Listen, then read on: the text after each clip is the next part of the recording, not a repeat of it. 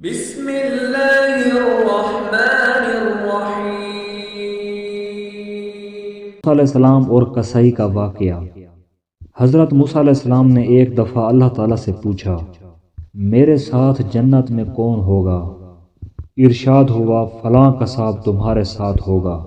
حضرت موسیٰ علیہ السلام کچھ حیران ہوئے اور اس قصاب کی تلاش میں چل پڑے۔ وہاں دیکھا تو ایک قصاب اپنی دکان میں گوشت بیچنے میں مصروف تھا۔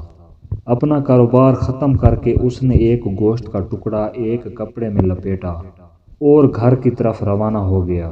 حضرت موسیٰ علیہ السلام نے اس قصاب کے بارے میں مزید جاننے کے لیے بطور مہمان گھر چلنے کی اجازت چاہی۔ گھر پہنچ کر قصاب نے گوشت پکایا، پھر روٹی پکا کر اس کے ٹکڑے شوربے میں نرم کیے اور دوسرے کمرے میں چلا گیا، جہاں ایک انتہائی کمزور بڑھیا پلنگ پر لیٹی ہوئی تھی۔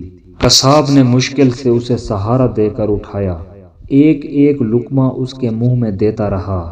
جب اس نے کھانا تمام کیا تو اس نے بڑھیا کا منہ صاف کر دیا۔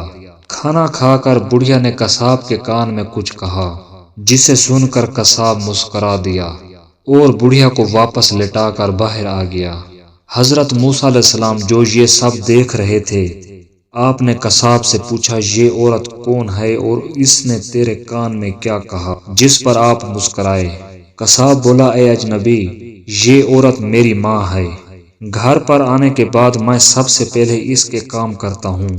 تو خوش ہو کر روز مجھے یہ دعا دیتی ہے کہ اللہ تعالیٰ تجھے جنت میں حضرت موسیٰ علیہ السلام کے ساتھ رکھے، اور میں مسکرا دیتا ہوں کہ میں کہاں اور حضرت موسیٰ کلیم اللہ کہاں۔